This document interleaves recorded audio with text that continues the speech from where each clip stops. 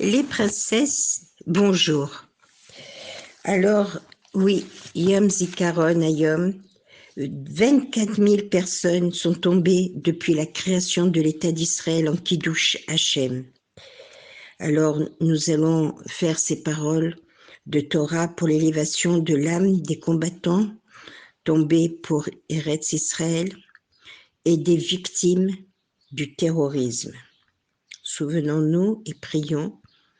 Étudions une Mishnah qui est la même lettre que Neshama, l'âme, et qu'Hachem venge leur sang. Voilà, que le Mashiach vienne Berachamim, que ce qui reste de nos Khatoufim, de nos otages, nous revienne vite et bien. Alors des Teilim, évidemment, des Teilim qui doivent monter comme une sirène, qui doivent tout changer.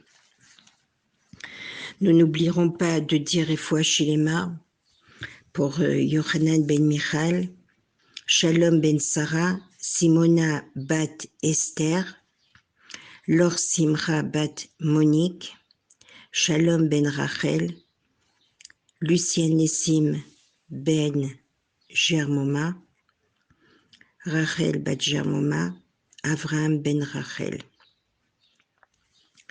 Voilà, et à la protection évidemment de tous nos Chalialim et de Ham Israël là où ils se trouvent. Alors, nous allons faire la paracha Émor. Et aujourd'hui, nous voulons apprendre les mitzvot spécifiques au Kohanim, ce qu'on appelle la prêtrise. Alors, commençons par le début. Am Israël Kadosh nous dit dans la paracha précédente, Kedoshim. Betor Am Israël, dans le Am Israël, il y a une Vussa, un groupe encore plus Kadosh, encore plus saint. Qui sont-ils? Les Kohanim, vous l'avez compris. La Torah nous demande de les respecter. Ils ne sont pas de simples. Il faut les respecter car ils sont Yoter Kadosh. Ils sont plus saints. Alors pourquoi, Lama? Eh bien, par leur Avodat Hashem, par leur travail, c'est ce qui les différencie, et par leur travail dans le Beth Amikdash. Et nous, comment on doit les différencier? Eh bien, tout d'abord, ce seront les premiers qui monteront à la Torah, Kohen.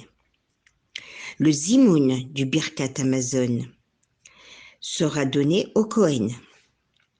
Et si on est à la Macolette, qu'on fait la queue, et qu'on connaît un Kohen, qui est aussi dans la queue, qui attend son tour, au supermarché par exemple, ou autre, on doit le laisser passer avant nous.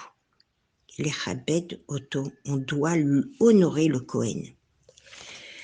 Alors, évidemment que les hommes et pas les femmes, tout simplement parce que les filles ne travaillent pas dans le Beth Amikdash. Évidemment, de nos jours, on ne sait pas qui est Kohen. Alors, le Kohen se gardera de certains mariages. Il doit garder sa Gdusha. Il ne pourra pas se marier avec une divorcée. Le Kohen ne peut pas se rendre tamé. Alors il ne rentrera pas dans un cimetière.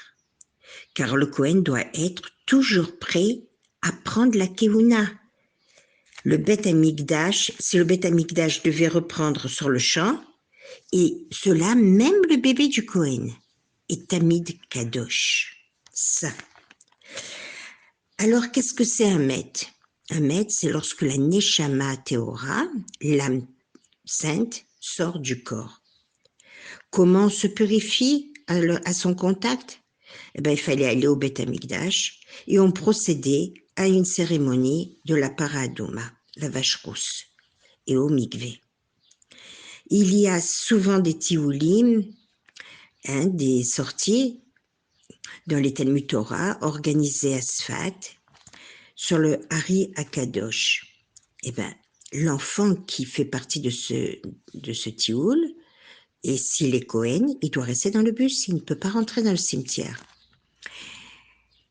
Alors, même de nos jours, ils doivent être prêts et tahor pur.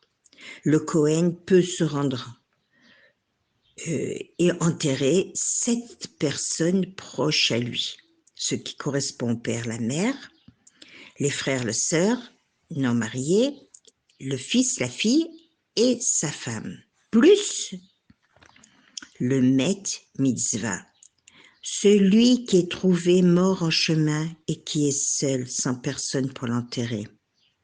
Même le Cohen l'enterrera. Il y a un autre statut, celui du Cohen Gadol, qui diffère. Le Cohen Gadol, il n'est pas plus grand en âge, mais vous l'aurez compris, il est Yoter Rashuv, il est plus important que le Cohen.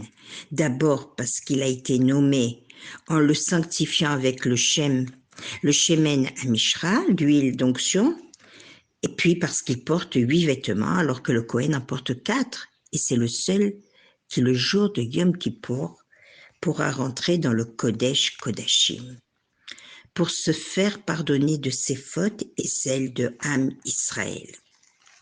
Alors précisons que le Kohen Gadol ne peut enterrer que et seulement le Met Mitzvah et ne peut se marier avec une divorcée. Alors je voudrais vous raconter une histoire qui s'est réellement passée. Hatzadik Rabbi Moshe Israéli, les premières lettres de ce nom, citées maintenant, l'acrostiche, c'est Arama. Vous avez dû en entendre parler.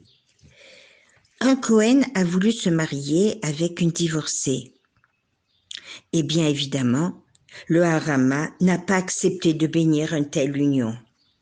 Il a insulté le Harama et l'a menacé. Ce Cohen était ami avec le roi Goy et l'a dénoncé et demande des Chayalim, des soldats, pour prendre de force le Rav et de le convaincre de le marier. Le Rav pria Hachem de lui venir en aide. Tous présents pour assister à ce mariage forcé. Pendant la choupa, la terre a englouti, avalé le khatan et la kala. Oui, comme l'histoire de Korach. Le roi, stupéfait par l'intervention divine, s'est fendu en excuses auprès du Harama. Le Rav qu'il a fallu forcer. Mais tous ont reconnu que le Rav avait raison de faire la halacha stricte comme Hachem l'attend de chacun de nous.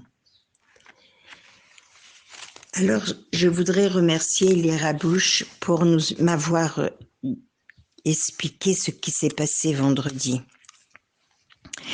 Vendredi, il y a eu une forte chaleur en Israël. Et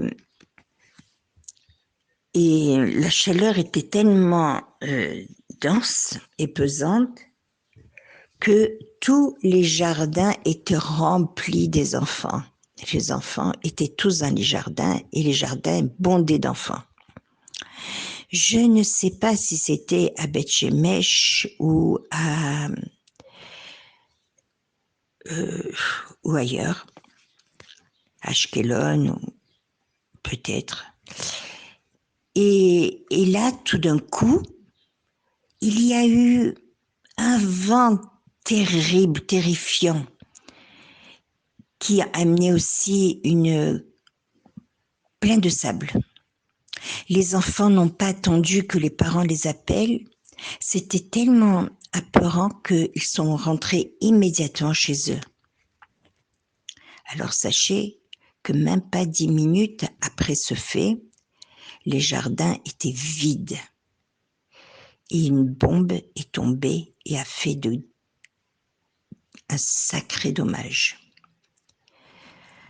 Béhémet Toda Hashem pour tous les miracles qu'il a fait pour nous, jour après jour, que l'on voie ou que l'on ne voie pas. Que le Mashiach vienne vite, Berachamim. Très bonne journée les princesses.